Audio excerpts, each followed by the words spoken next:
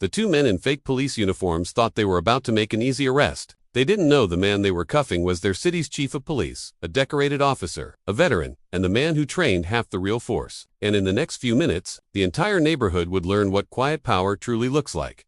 Asterisk, the cuffs click shut with a hollow snap, echoing across the manicured lawns of Crestwood Estates. Neighbors peeked through their blinds, whispering behind curtains. A man in a faded blue plaid shirt stood still on the pavement, hands restrained, eyes calm. He didn't flinch. He didn't speak, but something in his stillness unsettled everyone watching. Marcus Reed had faced war zones quieter than this. He had seen real danger, the kind that smelled of dust, diesel, and blood. And now, in his own neighborhood, two men in pressed uniforms were pretending to arrest him, pretending to hold authority they didn't have. The woman from the Homeowners Association stood a few feet away, clutching a clipboard like a badge of power. "Maybe now you'll learn to follow the rules," she muttered, loud enough for others to hear. Her voice trembled with pride, not justice. Marcus didn't answer. He simply looked up at the tree branches shifting in the warm wind, at the sunlight flashing off the polished badges of his impostus, and let silence speak for him. 30 years of service had taught him one lesson: real power never needs to shout. He had worn that uniform longer than either of these men had probably been alive. He'd led hostage negotiations, dismantled gangs, and written policy that kept his officers safe. He'd buried friends whose names were etched in the marble wall of the fallen, and he had promised himself that no matter where life took him, he'd protect the dignity of the badge. Even now, as fake officers gripped his arms, he was protecting it still. Marcus had moved to Crestwood Estates to find peace. After decades in uniform, he wanted quiet mornings and the smell of coffee drifting through the open kitchen window. He wanted to plant tomatoes, fix his fence, wave to the mailman, and be seen as just another neighbor. But peace doesn't come easily to those who have worn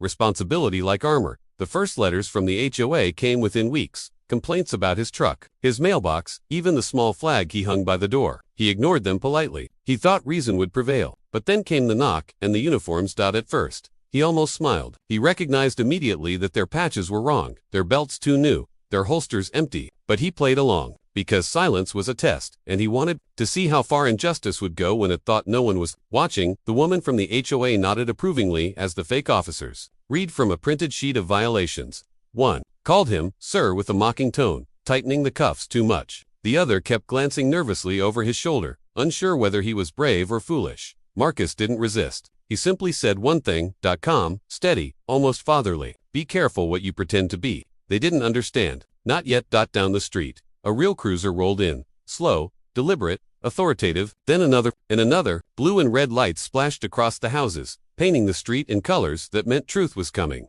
The imposters froze. The HOA woman's confidence drained from her face. The first real officer stepped out and saluted. "Chief Reed," he said quietly. "Are you all right, sir?" The silence that followed was thick enough to touch. The neighbors came out now, one by one, phones in hand, guilt and shock mixing on their faces. Marcus simply nodded, still calm, still centered. He didn't gloat. He didn't humiliate anyone. He just watched justice restore itself, piece by piece.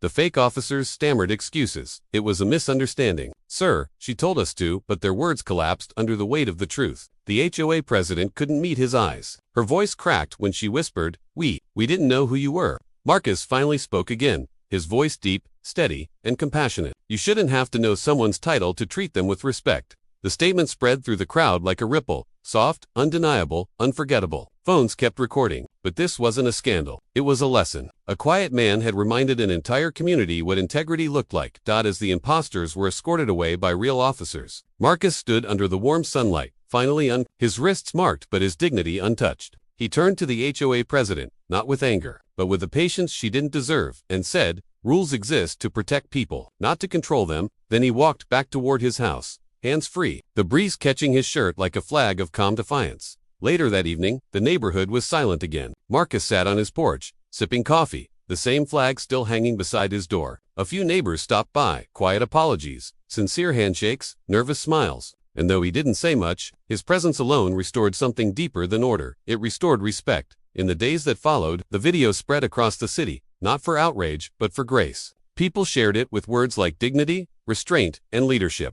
The mayor called, the chief from the next county called, and Marcus only said one thing when asked about the incident: sometimes the loudest message comes from silence. In a world that often rewards noise, Marcus reminded everyone that true strength lives in calm. That respect isn't given because of rank or title, it's given because of character. And when injustice pretends to wear a badge, real honor doesn't need to shout back. If this story moved you, tell us where you're watching from. Share it with someone who believes in silent strength, quiet justice, and the kind of dignity that never fades. And remember, sometimes, the calmest man in the room is the one who's already won. Asterisk,